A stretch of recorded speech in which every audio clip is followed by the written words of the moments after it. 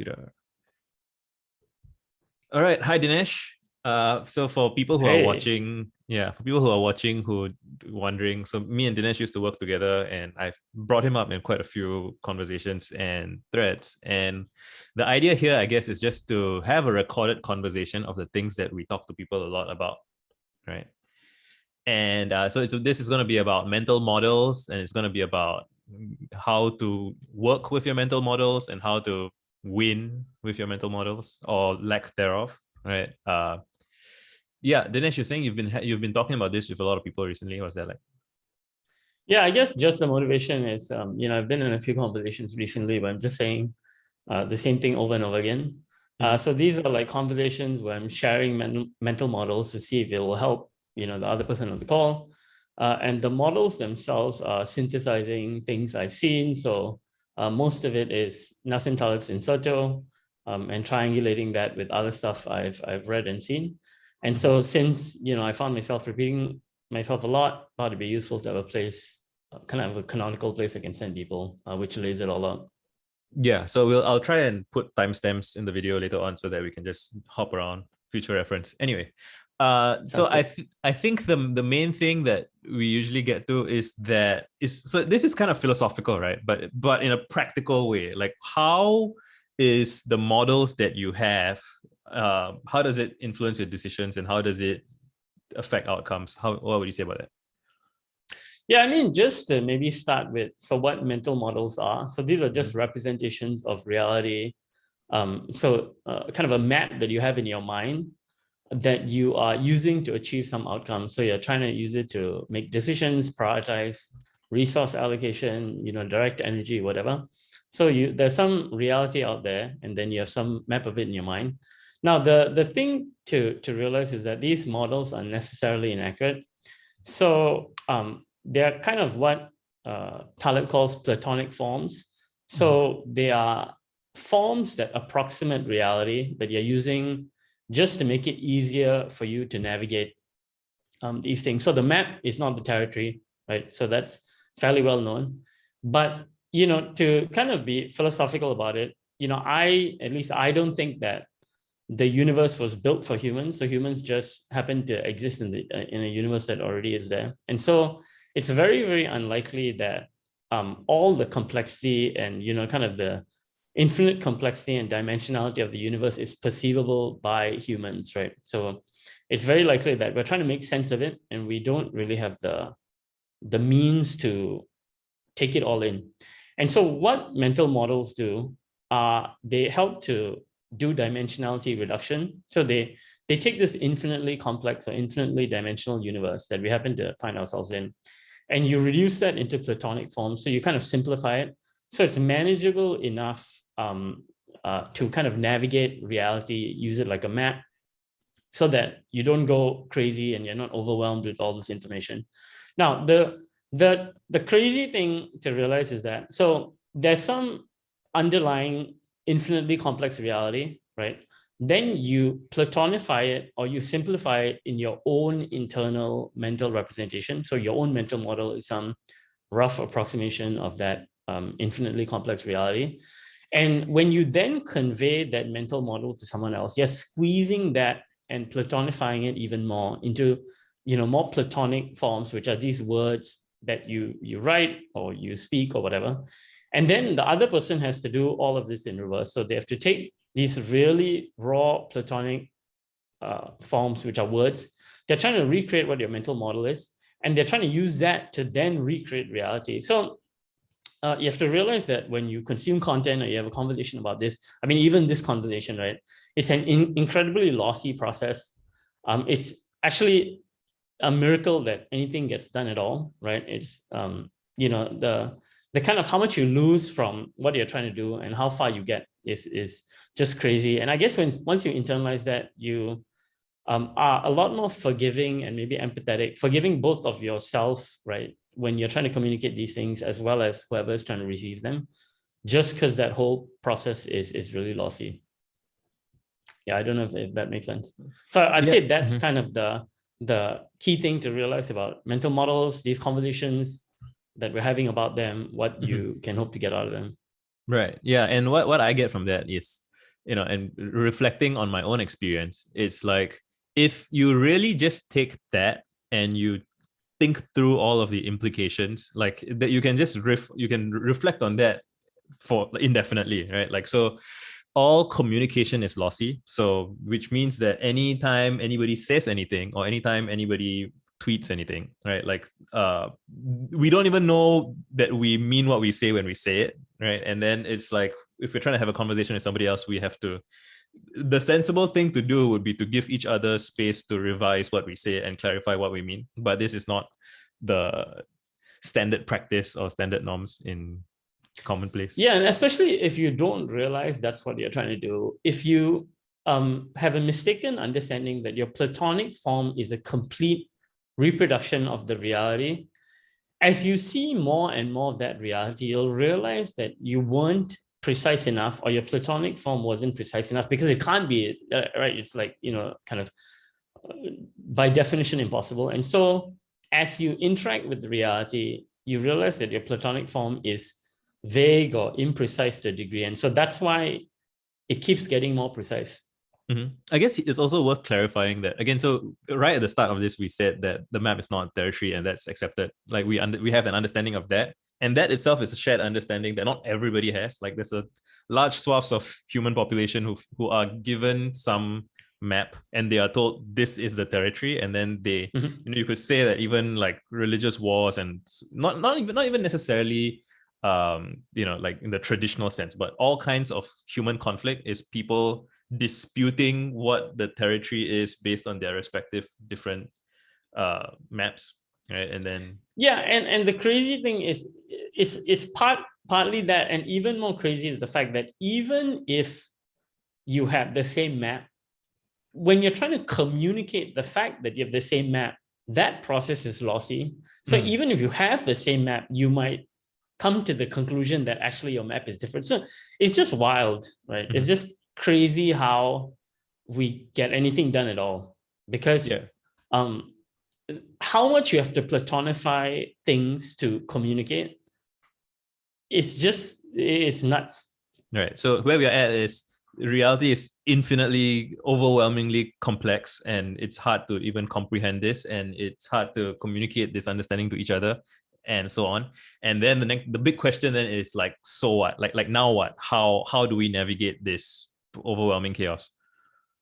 Yeah, I guess so. The key thing to understand is your job isn't to make models increasingly accurate, or your job isn't to make that map identical to the territory per se, right? So you're doing that for an instrumental purpose. You're doing that you're doing that for the purpose of winning. So what does winning mean? Winning just means that you're trying to achieve some objective. You're trying to feel some emotions. You're trying to trigger some event. There's some outcome you're trying to achieve, and you're using the map towards that end.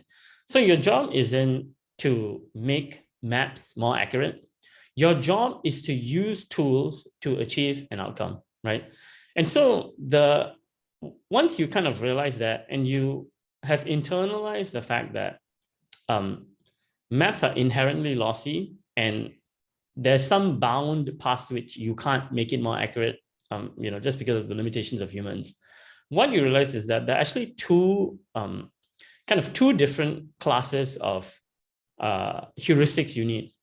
One is to win. And so again, when I say win, you're trying to achieve some outcome. Win by making the models more accurate.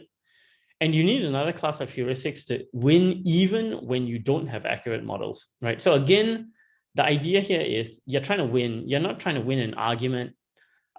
You don't want to make your model accurate enough to convince someone of some. You're not trying to be right? You just want enough models that are accurate enough to help you achieve some desired outcome in reality, and then help others as much as you can achieve their own outcome. So you want to win and let win with enough accurate models, which are as accurate as you can make them. So again, two parts: win by making your models more accurate, and also have a set of heuristics to win, given that you don't have accurate models. You'll never have fully accurate models. Right. And when I hear you say about the point is not necessarily to win arguments, I think that's like common failure mode that people are. And even here, like the word choice is like every word has so many connotations, like onboarded to, indoctrinated into, educated into, or it's just, and for every person it's different, right? So there's no, like, even as we are saying these things, it's like it's so easy to see how many different ways you can lead people. And so it's almost like the burden is on the listener or the reader or whoever to see the words. So if we say people are educated or conditioned to try to win arguments, like how they interpret that is like, we could have a whole separate conversation about that. But I don't think that's where we need to spend a lot of time on. I think once we have that kind of shared understanding of, okay, like we're not going to try and win arguments, we're going to think about the outcomes that we want and how to win that. What next? Yeah, so those two heuristics, so if you break that down, and just to touch on your previous point, it feels like the reason why people try to win arguments is because most of their life, right, education, academia, your early career, Right. whatever, you are only exposed to that first heuristic, which is making models more accurate. So how do you learn from others, watch YouTube videos, whatever? So all of this is our, study science or math, all of this is towards the end of making models more accurate. And if you don't realize that your goal is to win, you think that your goal is to make models more accurate. And so once you go into an environment where people have all these wildly different models, just because, like we mentioned, everybody's reducing dimensionality in a different way, what happens is you think that your job is to have the best models or the right models and convince everybody else of the right models. And so it feels like that's part of the reason why people get into that state where they're trying to win arguments or trying to show that their model is the most accurate because they think that's the end result. But if you bring in that second piece, which is that models are never going to be perfectly accurate, and so you're also trying to, so your goal is to win, and you're trying to win even when models aren't accurate, you can kind of let go in a way. You can let go of the need to have perfect models or to infinitely strive for better and better models, and you can just focus on winning, right?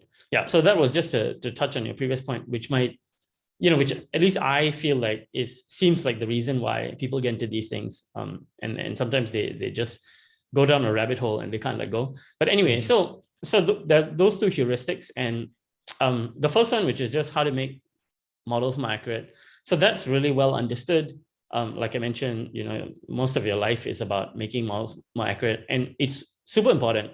I don't want to downplay it, but we don't need to speak so much about it, given that it's pretty well understood. One thing I might add is that, especially in the modern kind of media environment, when publishing is free and open, when everybody becomes a publisher, what happens is everybody's model now gets published, right? And so you are kind of swimming in models, and especially because you're wired, this dimensionality reduction is a very innate.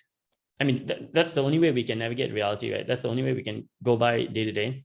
And so we're always looking for stories. We're always looking for narratives, always looking for mental models, always looking to simplify, have a model to simplify our interactions with reality to make it manageable. And so what happens is, because we are so inclined to storytelling, we're looking for stories, we want to tell stories, we're swimming in models, right? When everybody's a publisher, you just have models everywhere. So one thing to try to figure out is, how do you navigate this media environment where there are models everywhere if your goal is making models more accurate? And so the kind of tragedy is that the modern media environments are not optimized for useful or accurate models. They're optimized for models being spread.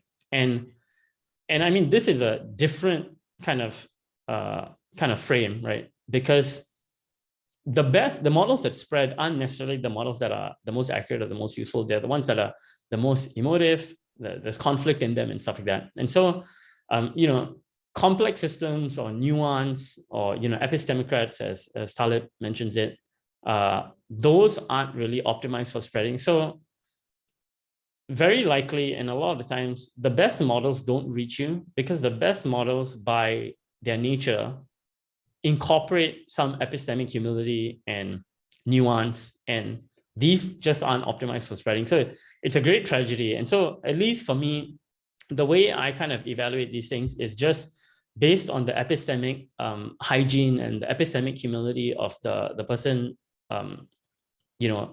communicating that model to you. So what does that mean? So what you're looking for is just somebody who has a self-awareness of, they have a good model of their own, kind of a meta model of their own model building capability, right? So you want somebody with a good sense of, okay, my models are necessarily flawed or inevitably going to be flawed. And so you want somebody with a good sense of how their own model building works. And you want them to give you clues to help you bound the accuracy of their models, right? So you want them to help you understand, okay, I'm conveying all these models to you, these 5 models, but I'm less confident about this one. I'm more confident about this one. Why? Where should you be careful when you're using them and stuff like that?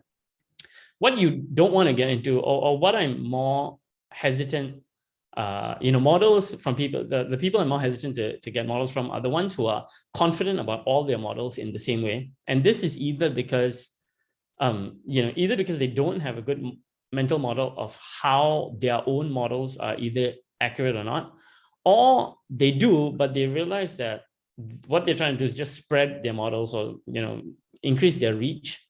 And so they realize that by being confident or, adding conflict, that's how these things spread.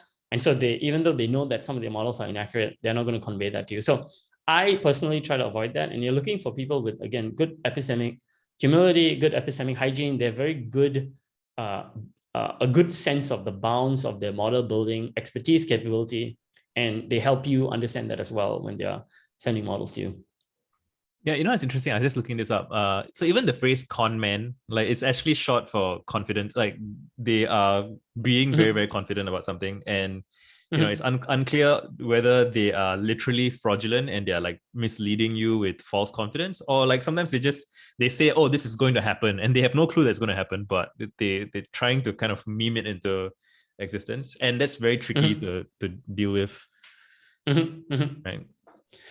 Yeah, maybe the other interesting thing about this also is that, so you are, we'll chat about, the next thing to chat about is, so what are the heuristics for dealing with an environment where you can't make complete models? But given that you have that heuristic, right, and you can let go of the fact that you're always trying to get better models, once you kind of cross that kind of threshold, you realize that you're looking for model accuracy, not completeness.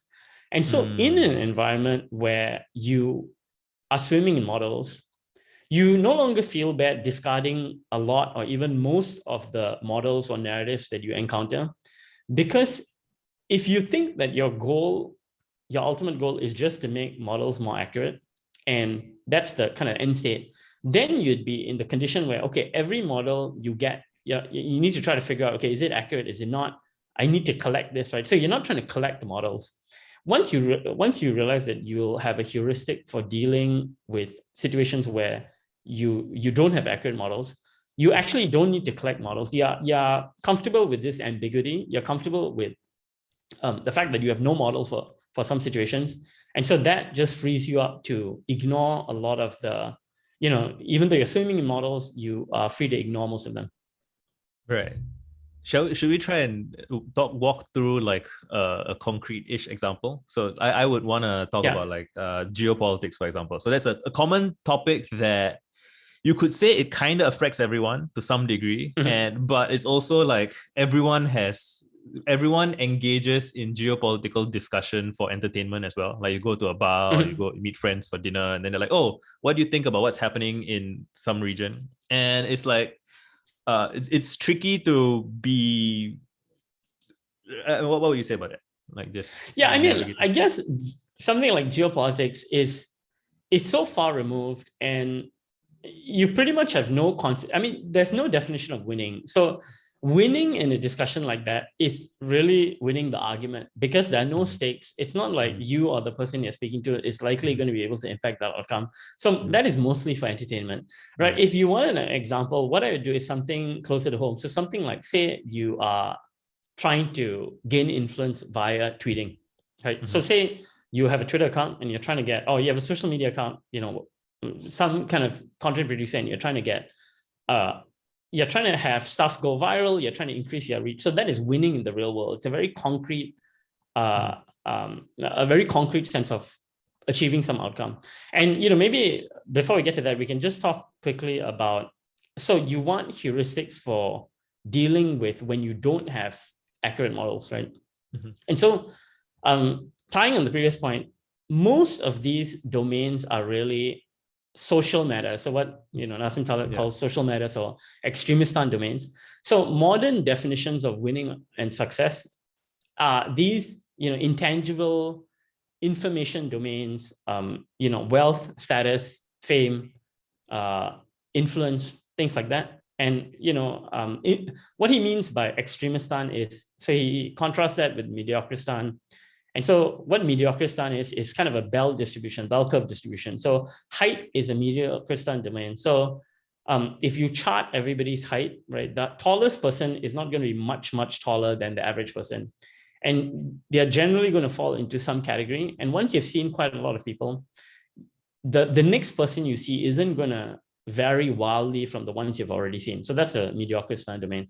Extremistan domains are different, right? So physical characteristics are mediocristan domains. Very, kind of old school domains are mediocristan domains. Modern social matter domains, wealth, status are extremistan domains. What that means is that you are going to encounter an example, or rather the highest, the most prominent value is going to be so far away from the average value that it's an outlier or a black swan, right? And so given that success in these modern domains is about social matters or kind of extremistan domains, and we can use the example we gave, which is, okay, so if you're trying to make a popular social media account, you're trying to make your content, say, go viral or whatever. And what happens is the range of outcomes for the content you produce itself is going to be an extremistan domain. The best piece of content you produce is going to give you much, much more benefit than the average one, and probably more than the second most popular one or whatever. And so that's exactly what you're looking for. And again, success in a lot of modern domains are extremistan domains. Right. Or modern forms of success, or what is modern definitions of success or winning, are extremistan domains. And so what you're looking for, and this ties back to heuristics, when you don't have accurate models or can't have accurate models, you are trying to find black swans, right? And what are black swans? So these are just convex bets. Convex bets are, if you lose, there's a limited loss, or you don't lose that much. If you win, there's a disproportionate, positive outcome. So a tweet or a video is like that. So the cost to you is cheap, right? It's very, it's just whatever you write or this amount of time that you spend on the video. But possibly a lot of them or most of them will fail. And by fail, I just mean that they won't really get a lot of success. But what you're looking for is a black swan, where you have disproportionate upside for a tweet or video that you do well. Okay, and so that gives you a sense of a heuristic for a domain where you don't have accurate models. So you don't have a super accurate model of exactly how a tweet goes viral.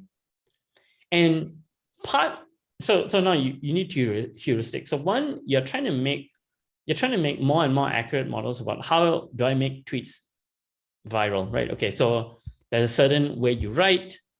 You want to reduce cognitive load. You want to talk about certain things, right? So there are a set of models that you can start picking up and making more accurate in terms of how you make content more popular. But there's also, all the stuff we've talked about before.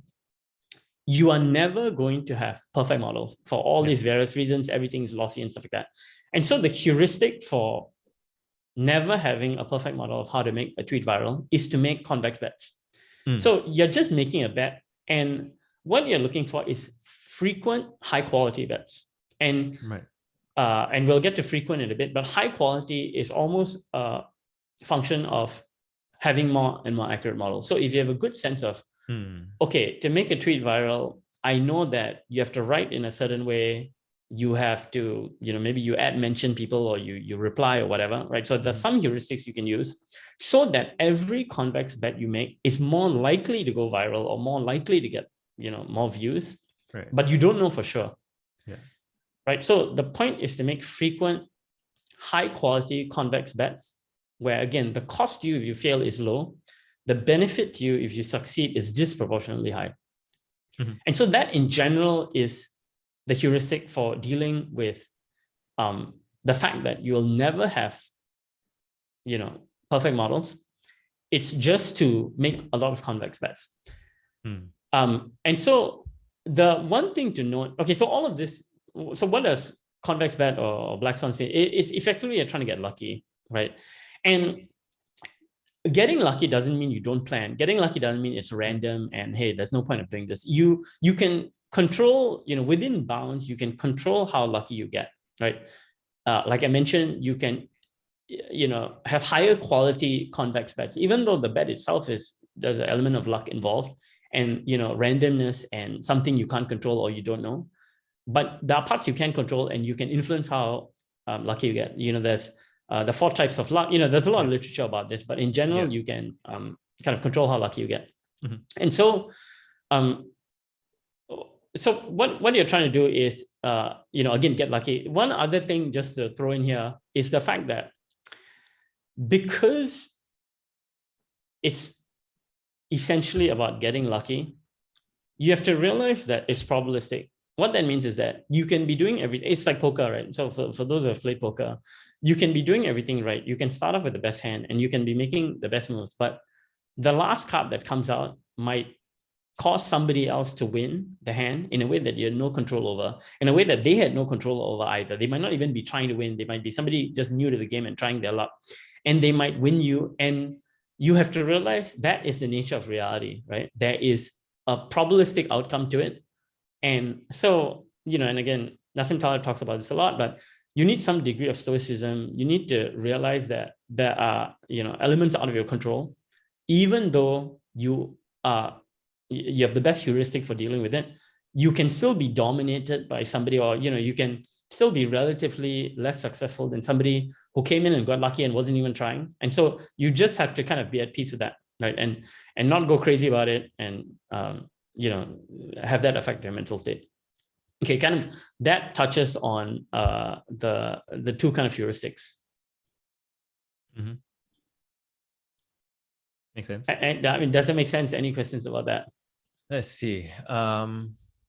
What have we not covered? I mean, so I think we've gone over the basics, right? So, and then I guess it's a question of I guess the last part is how you actually apply this to yourself, right? So once you understand, okay, so the nature of mental models, the nature of how you use these mental models as maps of the territory to navigate some place to achieve an outcome. And again, what you're trying to do is make these mental models more accurate, but also be able to deal with the fact that you will always not have perfectly accurate mental models, right? Okay, so how do you practically have this apply to you? Now, the first thing is to start internally and to figure out, what I'll call your edge. So what is your edge? Your edge is just what is a personality trait or what is play to you that is relatively work for others, or what is easy for you that's relatively hard for others.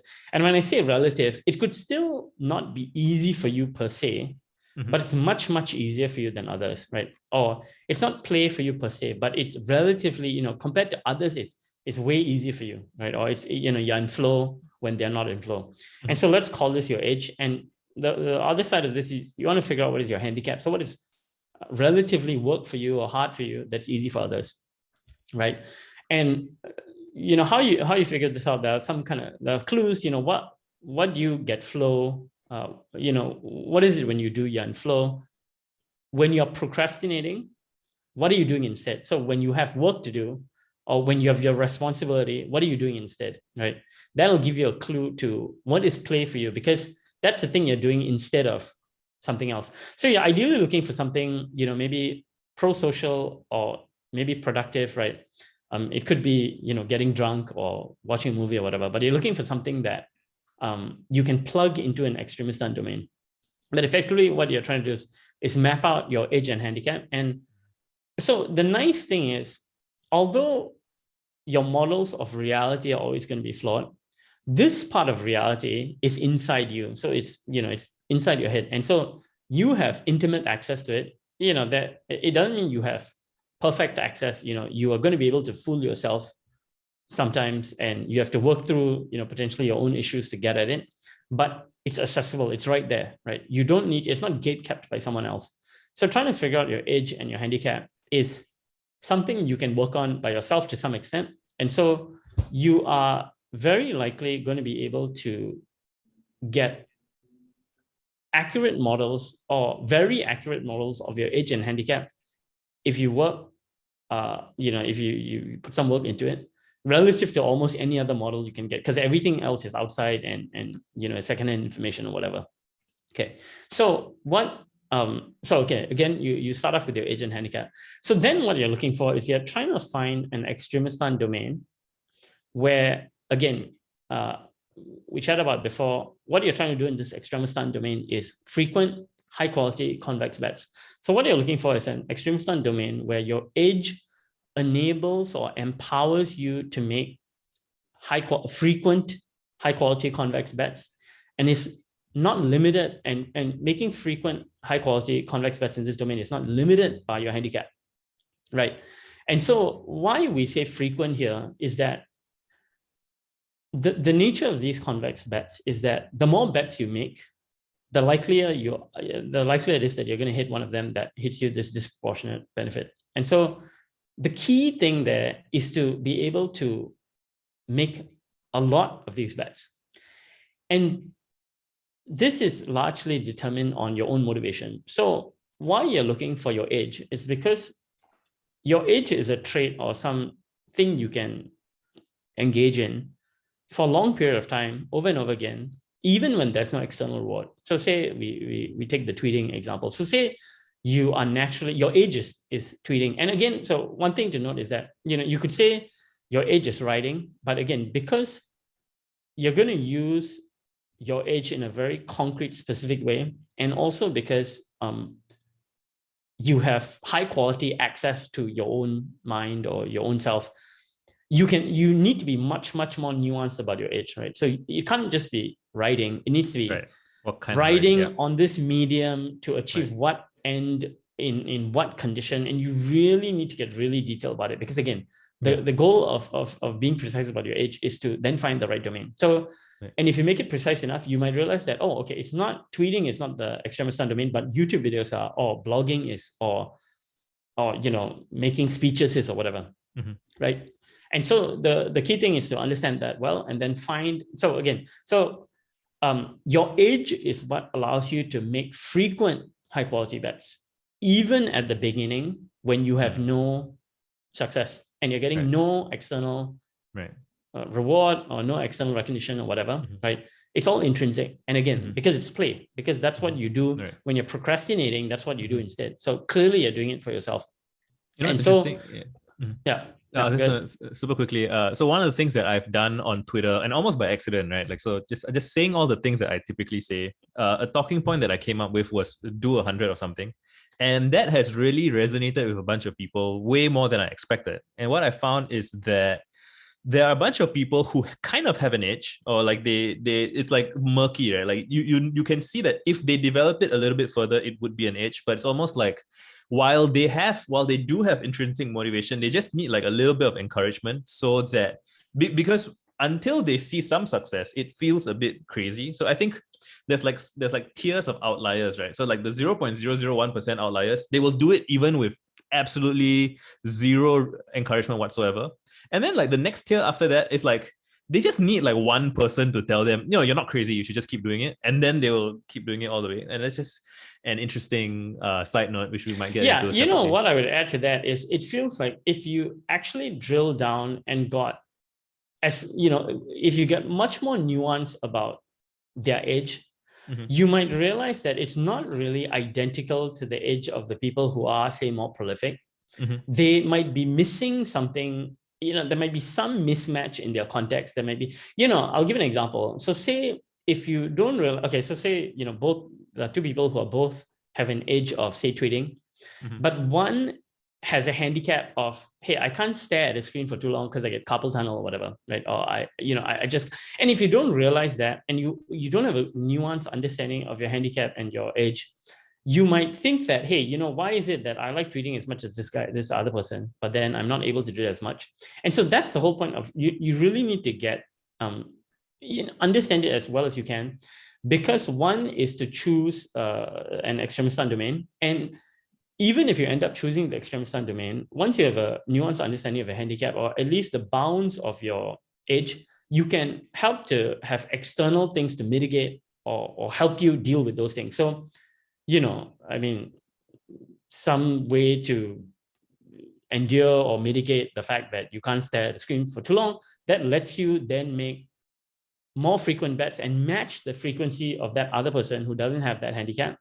And so again, the other person is going to be able to make more bets, more convex bets, because they don't have that. They're more frequent. And a lot of this stuff is part dependent, right? So once you get one viral tweet or whatever, you're more likely to get more just because you have a higher following count. I mean, this is well documented. Yeah. So again, what you're trying to do is you're trying to get, make these frequent, high quality convex bets in these extremistan domains. And your age and handicap help you map that out. So once you've found this extremistan domain, then what you want to do is go back to heuristic one, which is trying to make your models of this domain more accurate. So again, this is in the tweet example. Okay, so actually there's a way to write in a succinct way, or to use the right framing or the right words or the right, make it concrete and specific, to then every time you tweet, it's more likely that it goes viral, or it's more likely that you get successful, because your model for a successful tweet is getting better. And so you keep doing that. But then as you are doing that, you realize that is not the end goal, right? That is just, okay, part of the what you're supposed to do. And the other part of that is just be prolific. So figure out what prevents you from making more bets or being more frequent about it, and then mitigate that and just be prolific and make a lot of convex bets. Now, again, the key thing is, it's about accuracy of models, not number of models. And so again, you should discard, or feel free to discard a lot of this stuff. That's not the point. The point is to win. And winning is by marrying accurate models, not a lot of models, just accurate models with convex bets to have frequent, high quality convex bets. And I guess the last thing to say is just that, again, all of this is going to be wrong. All of this is so lossy that your model of tweeting might be wrong, but that's fine. You can switch that up. And this itself is a convex bet. You are trying to make convex bets of your domain to make convex bets. You're trying to get lucky to find a domain that allows you to get lucky, right? And so the first attempt at that might be, right. So say you know what writing is. Say you think that your edge is writing. That model is not super accurate. So you start off writing with blogs. Okay, so that's your first convex bet. My extremistan domain is blogging. That's your first convex bet. You quickly figure out that, okay, that fails. Fine, switch that up to a different medium. You make the mental model of your edge now more accurate by realizing that, okay, it's not long form writing, it's short form writing. Then you switch up your extremistan domain from blogging to tweeting. And now you're making another convex bet. As quickly as possible, figure out, is this my extremistan domain? Right? Is this my the domain where my edge allows me to make frequent high convex bets? That's a bit meta. But it's just, I guess the point is, it's just models all the way down. Right. The thing that's kind of funny, kind of interesting, and kind of I think it does speak to the point. I think I should bring this up because what you're describing, right? So this is a pretty rare instance where the thing that you are describing is the thing that I have been doing or working on, have high domain understanding of. So the way I do my thing is not exactly what you're describing, but it is, so for example, there was a period of time where when I was blogging about local political issues, for example, my success condition, or what I wanted to do, what winning was to me then, was I want to reach the widest possible audience and go as viral as possible. And I actually fairly early-ish on, I realized that that is not actually the path of winning that I think is wise. And I could see the writing on the wall of people who succeeded at that, and then they are clearly miserable. And so I'm like, okay, like too big an audience too fast and without nuance is gonna psychologically, emotionally destroy you and blah blah. And so along the way, I kind of switched to, okay, I want to get the highest quality mutual friends I can find. And so that kind of shifted my, so I mean, I'm still trying to win, but like my conditions for winning slightly changed. And I'm like, okay, I'm trying to, now that I already have some audience, because I think if you have no audience, then some audience is better than nothing. But once you have some audience, it's like, for how I'm approaching it, it's like, okay, who are the 1,000 people in the world that I want to build relationships with and build credibility with? And that is a slightly different, it overlaps with because of the path dependency, I guess. So it overlaps with when I do a good reply to some, let's say Vitalik or whoever, right? And if it's a legitimately good reply, it will go viral enough amongst the people that I care about. It might not go super ultra viral, but I don't really want that either. And that's just it's interesting. But it's interesting. Yeah. Sorry, go ahead. Yeah, I guess what I'd add to that is your age is not writing per se. So I mean, the thing is, again, it's very unfortunate that we don't have the vocabulary for describing your age. The vocabulary one might not exist, and even if it exists, it's probably is so. It happens to be that to have conversations with others and maybe even with yourself, you have to use blogging or writing as the vocab internally to describe your age. So you start off with political blogging, but your age is way more nuanced. There's a lot more nuance and specificity in that, which you probably realize that blogging as a domain, right? The fact that you got tired of it meant that your frequency went down. So your age or your handicap, or again, age and handicap are very clunky terms that we have to use. It's not necessarily positive or negative. All of these things are just the consequence of a brain wiring. You have a brain wiring that again likes writing, again, clunky language, but doesn't like whatever the thing about political blogging was that made you tire of that and didn't allow you to keep talking about it. It's just like screen fatigue. You had screen fatigue about political blogging, but it wasn't screen fatigue. It's some other fatigue that you don't have good vocabulary for. And so you are trying to look for what is the extremist stunt domain, which I'm trying to win at. So what is my objective and the outcome I'm trying to achieve, and what age and handicap allows me to do that. And so it's just consistent with it. It's just that political blogging wasn't it, right? Again, it's not about writing, and it's not that, that was writing and this is writing. So it's not that you are switching domains, whatever. It's not. It's a different domain. And your age and handicap, by understanding it, and it's actually not even writing. The fact that you have kind of a social, the fan network element to it, it's not about writing. Again, I mean, there's limited value in trying to make it more precise than is useful. The point is to just help you win. Is again not to win an argument or not to have some super precise model. It's just to use as much as to achieve an outcome. And what I would say is just that your age is not just writing, or not writing alone, or not about writing. There's more to it than that. Once you might already have that nuance, it's just hard to convey, right? You might know it. That will lead you to what your extremist stunt domain should be. Oh yeah, I mean, it's pretty clear when I meet. So once in a while, I meet an artist or a writer, let's say, right, and they're beautiful. Like I see how beautifully they write, and I'm like, probably never in my life am I going to write that beautifully. Like it's just that's their angle, and I'm like, okay, so the thing I'm doing is a bit more. And the analogy I tend to give people is the Dilbert comic artist. So he's not like the best in the world at comics, and he's not the best in the world at jokes, but he was good enough at each of those things, and he found his niche of like, there's disgruntled office workers who will enjoy that particular thing, and then he solved for that. And similarly, it's like it has to be domain specific, niche specific, context specific. The other thing I would add is you mentioned that you realized it wasn't for you, but either that other political bloggers also burnt out or were successful or whatever. The thing that's worth really emphasizing is the fact that because these things are so nuanced, right? I think I saw this tweet, maybe it might have been by Naval, but so this tweet was about, you have no rivals in reality. So the actual underlying reality is so infinitely complex. And again, dimensionality reduction is the one that makes you, you're forcing the reality into these Platonic forms.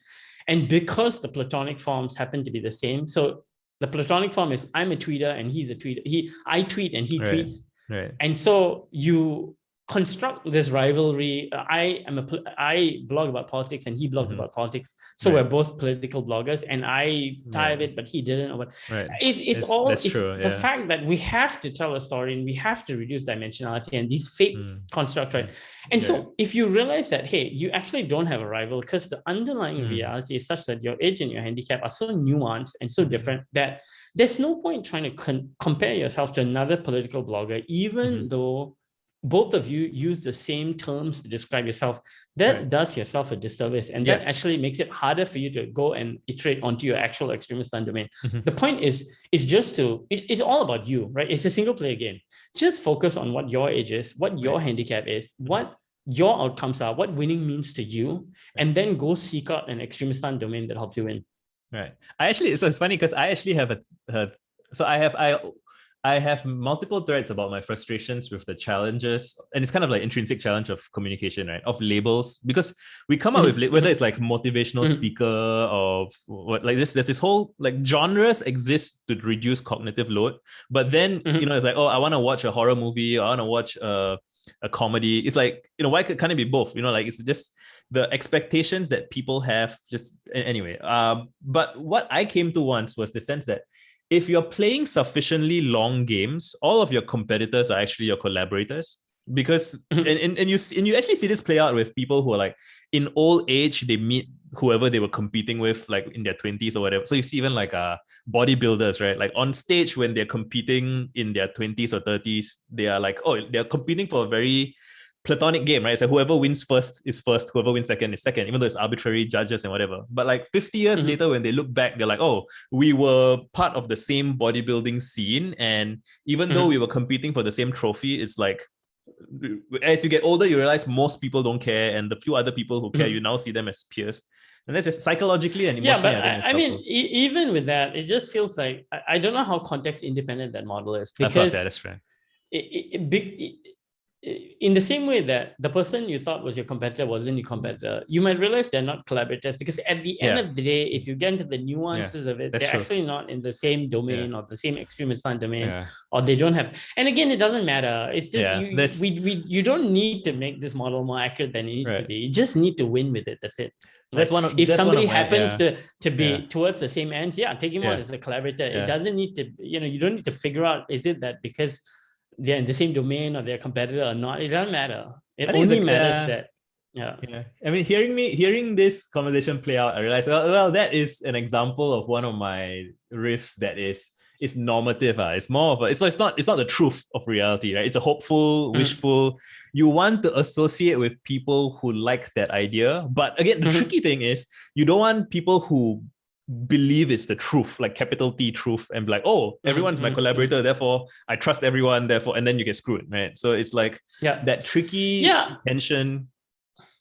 Yeah, I mean, if that model helps you win, take it, use it, right? But I'm just saying that just make sure that whatever model you're using is for the purpose of helping you win, not because you feel like it's more accurate or it's cute or clever or whatever. It should help you win.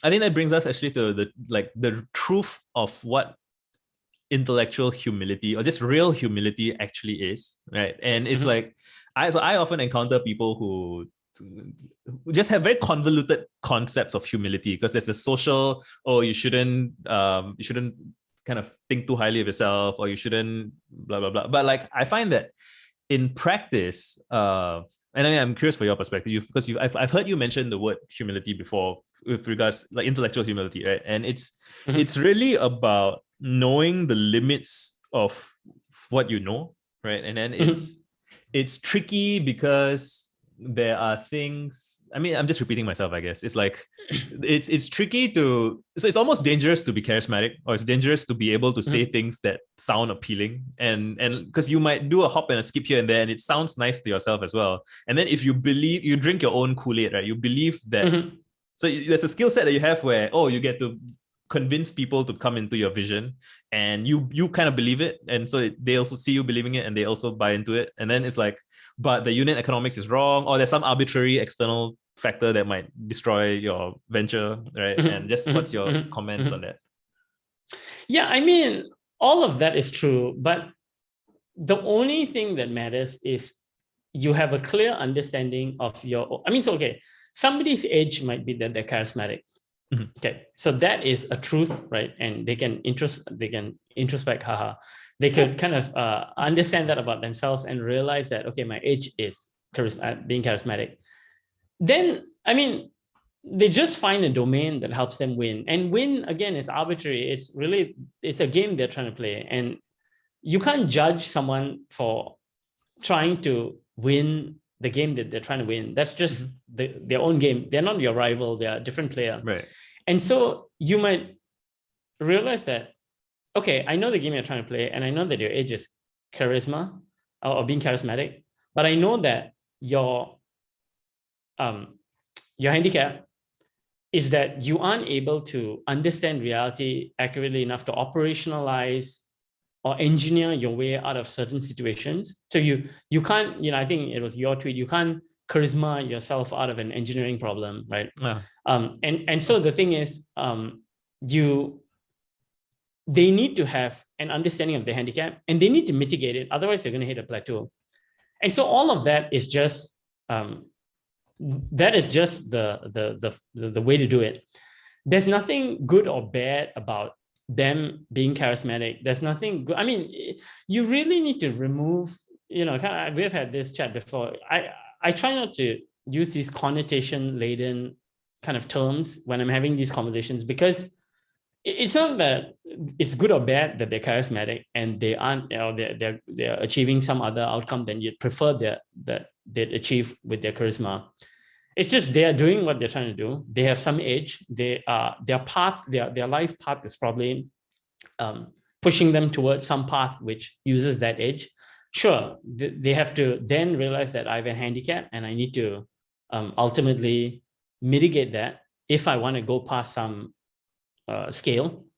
And that's up to them to figure out. You can help them with that. So you can tell them, you can give them this model, which is, okay, the reason why you're doing this is your age is X, but your handicap seems to be Y. Is that right? Is that not right? Again, you have a lossy model of what they're good at. They have a lossy model of what they're good at. You have a lossy model of what they're trying to achieve. I mean, again, it's just lossy models all the way down. And so I personally, the default answer is always that you don't know, right? There's so little and this you don't need to know a lot. Again, you don't need a lot of useful models, so you don't need to go model what this other person is who's charismatic and what he's trying to achieve, and will his handicap prevent him from achieving that. It doesn't matter. I mean, I generally don't bother. I worry about the models that will impact my game and my domain and my I'd spend that time getting a more nuanced understanding of my age and handicap, rather than try to spend time understanding other people's age and handicap, unless that has a really direct consequence in terms of what I'm trying to achieve. Yeah, I mean, so I guess for me in my domain, like it is a more than the potential failure states or failure outcomes of charisma is something that I think affects me. But yeah, I wouldn't say that, oh, everybody needs to know that. It's and again, I mean, charisma is such a loaded platonic term. Right. What you have is not the same charisma that somebody else has. It doesn't need to be. It very likely isn't. Sure, there's this infinitely complex reality of your motivations and theirs. Actually, it's unlike. So I mean, so charisma here is like it's a lossy phrase, but the specific thing. I mean, so working backwards from the like extremistan, convex bets, all of those stuff, right? So there are outcomes to be avoided, right? Like, and it's not Yep. like a huge, it's like most things are fine if you're still alive, and so you still have money in the bank, you still have your friends and family, like those basic stuff. As long as those things don't get wrecked, most outcomes are survivable. But some outcomes are like, so you there are some heuristics like never put all of your money in some investment, because even a good investment, because you never know, right? Yeah, I guess talk about that. Yeah, so just actually your last point, what I would say is what you're describing is very likely a real problem that you might face or whatever. But what I would do is I would avoid describing it in terms like charisma and stuff like that. I would just address the very specific concrete problem and trying to find good models about that very specific concrete model, very specific concrete situation. And so, I mean, so just to, hypothetically, to use that example. So what you're saying is potentially, and you can correct me if I'm wrong, but you are afraid that your echo chamber is going to give you a mistaken sense of yourself potentially, and reality will then and then you'll hit some point where the reality won't let you do it. Is that it? Or what is the thing that you're afraid worried of? About that. So I guess how I frame it for people is like the cult leader problem, which is you end up being surrounded with a bunch of people who validate whatever story that you have. And then, so saying it out loud, I don't think I'm going to fall into that trap. But every single cult leader says, oh, I'm not going to fall into the cult leader trap. So it's a bit of a tension that I carry with me. Yeah, no, that's fair. But the point is, you don't need to try to model other cult leaders. You only need to try to model yourself, right? So if you're afraid that, you might fall into the same kind of problem as others, which is that I surround myself, with people who say yes or whatever, you should build models and address that very specific concrete problem, rather than trying to model it relative to somebody else who's a quote unquote cult leader or others and stuff like that. So you can observe things in reality, which is what you said, which is all cult leaders say that. And so that should give you a clue that, okay, so I might be susceptible to this problem. So that's fine, right? So you have an awareness of what's out there. But I wouldn't over-index on other people's experience or what you've seen other people experience, just because the way they deal with being a cult leader or whatever you call it is very likely going to be very different from the way you deal with it. And so I would just focus on the way you deal with it, or my own very specific circumstance. Yeah, I don't know if that makes sense. Yeah, you had some other question that you were asking about losing. So I mean, we talk about winning, right? I mean, I have a couple of questions actually, but I can't remember what the last one was. One was, I mean, so we've talked about seeking out extremistan domains and making lots of bets. That kind of presumes that you should be able to, there's like an economics to it, right? Like you must be able to afford making those bets. Like, and where am I going with that? Just I'm wondering if there are stages that, and again, so this is also another model, right? And every model is flawed, whatever. But like, it seems like there's some stage where a person is kind of, again, floundering sounds loaded, but like they're in some the amount of agency and power that they have in until you solve the first. There's some threshold that is crossed past which a person has a pretty dramatic increase in agency, I think. And then after that, I feel like you're in a new domain or a new possibility space where you might want to reframe what you mean by winning. I don't know if this is outside the scope. Maybe we'll discuss this in the next video, but just say what you think. Yeah, I mean, I guess the quick thing there is these things are progressive and go in stages, right? So what you're describing is you have some handicap that prevents you, again, from making frequent high quality bets in some domain. The handicap might be, hey, I don't have enough cash to buy a, whatever, to tweet or something like that. But that's just a different, you just need a model for mitigating that. Once you mitigate that, and like what you said, that's absolutely right. So your understanding of the domain, all of these models will get more accurate as you interact with reality, right? So again, the best way to make these models accurate is interacting with reality. The unfortunate thing is that most of the models that you encounter or adopt are adopted from others, right? But the gold standard is interacting with reality. So you might first adopt a model of, okay, so I know this thing about tweeting, right? I think I'm good at it. But once you interact with the reality, you get more and more, you have more and more detail about that extremistan domain or that domain. And so then you realize that, okay, it's not actually just tweeting, it's I'm trying to do this other outcome is winning for me and whatever. So yeah, that's absolutely right. This is just a continuous process. And, it might even end up that, okay, so actually I don't want this extremistan domain anymore. My model of it was wrong. You switched it out. I mean, it doesn't matter, right? At the end of the day, yeah, that's fine, right? But the key thing is just to iterate, and this kind of process is just a very local process for finite extremistan domain, make frequent high quality convex bets. This is not a blueprint for being happy or whatever. So that is, a different kind of problem or a different model you want to have.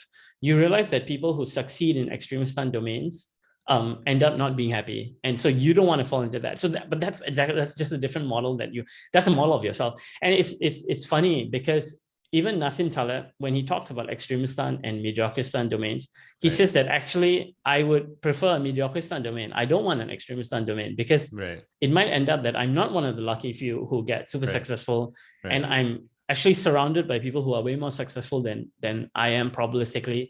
And so I want a mediocristan domain. So again, I want to reinforce the point that this is not a blueprint for getting happy or whatever. That's kind of a different set of heuristics. This is just in most conversations I have, it's a very local conversation about how do I get more success in a very kind of modern sense, which is, more successful, richer, make a better decision. And so this is to achieve that, but they're linked, right? So it's very unlikely you're going to be super happy if you can't provide for your family, if you can't have some material needs, if you don't have some kind of social respect.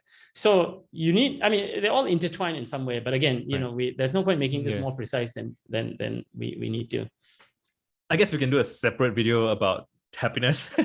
But yeah, I just kind of recap, I guess. Yeah, the things that we talk to people about, so I get people in my DMs all the time, right? And it's there is a lot of winning at the games that you want to win at opens up your possibility space and gives you options to choose what you want, right? And then you can separately, in parallel or whatever, think about what you want, blah blah. I guess it's been an hour, so I guess we should wrap up. Any closing thoughts, final?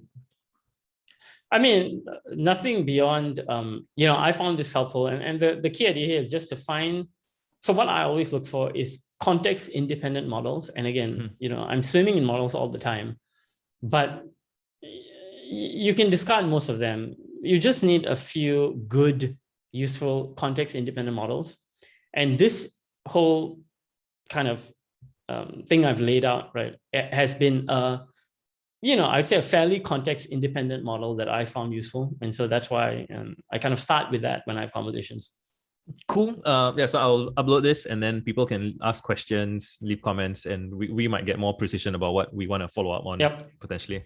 Sounds good. All right, I'll end the recording here. Thanks for hanging out. All right. Have a good night. See ya.